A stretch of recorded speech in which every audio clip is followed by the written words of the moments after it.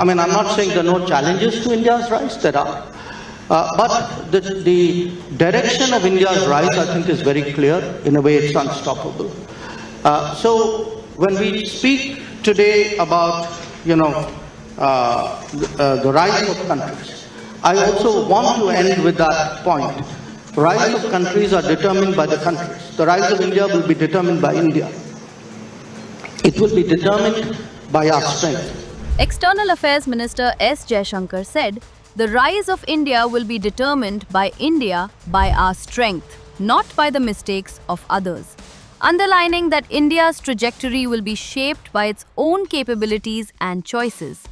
His remark came after US Deputy Secretary of State Christopher Landau said Washington will not repeat the China mistake with India and will ensure that any bilateral trade deal remains reciprocal and fair to American interests. Excited about the trade deal that is almost at the finish line now, and think that can be the basis for really unlocking almost limitless potential. And so we are very much excited on focusing with India on these economic and commercial opportunities. And so, but again, India should understand that we're not going to make the same mistakes with India that we made with China 20 years ago in terms of saying, we're gonna let you,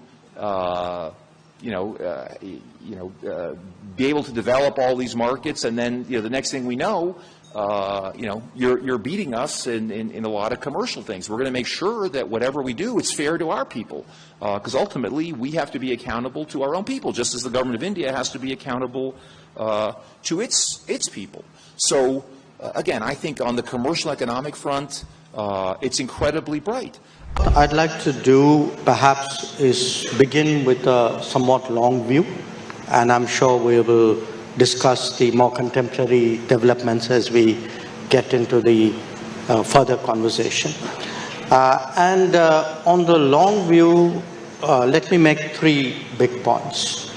One, that the Indian Ocean region, it's an ecosystem.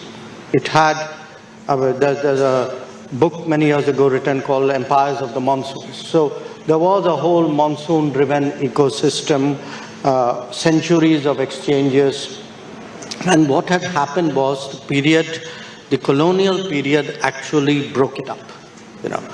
So the Indian Ocean, perhaps much more than many other parts of the world, is in the process of a recovery and a rebuilding.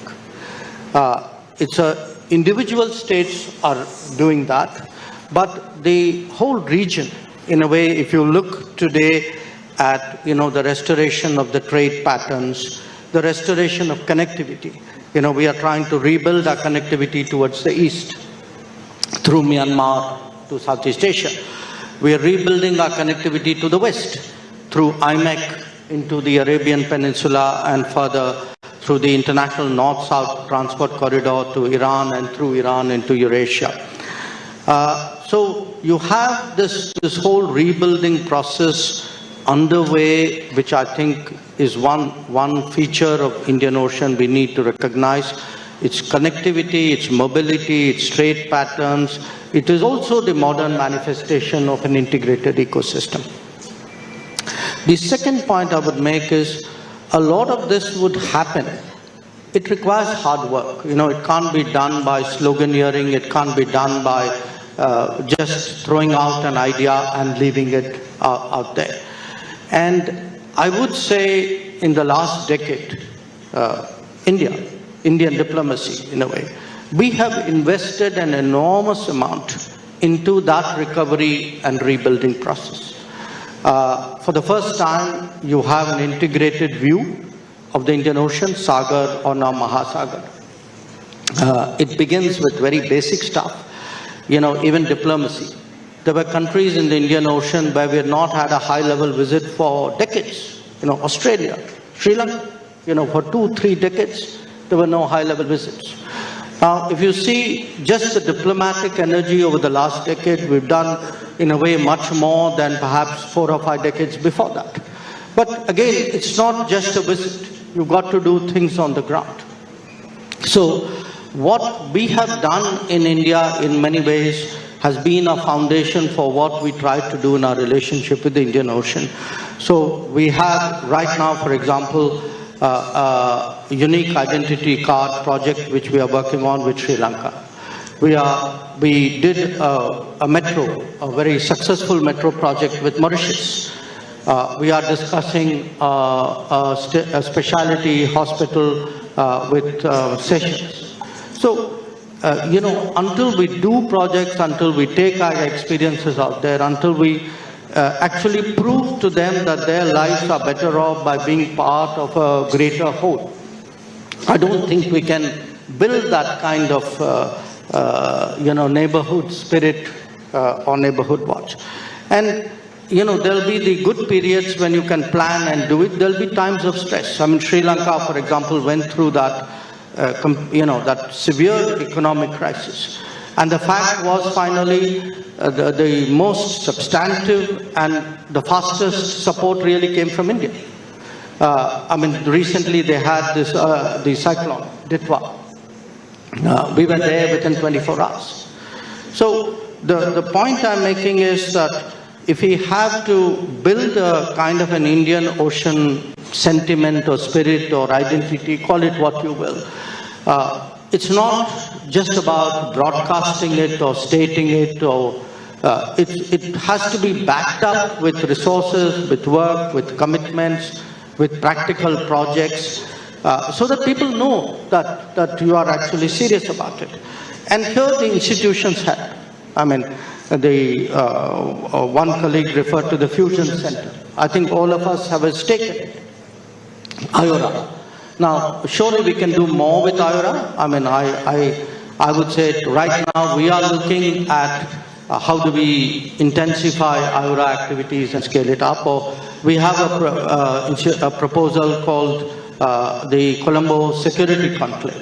So I think there are different dimensions of this, how do you build the Indian Ocean?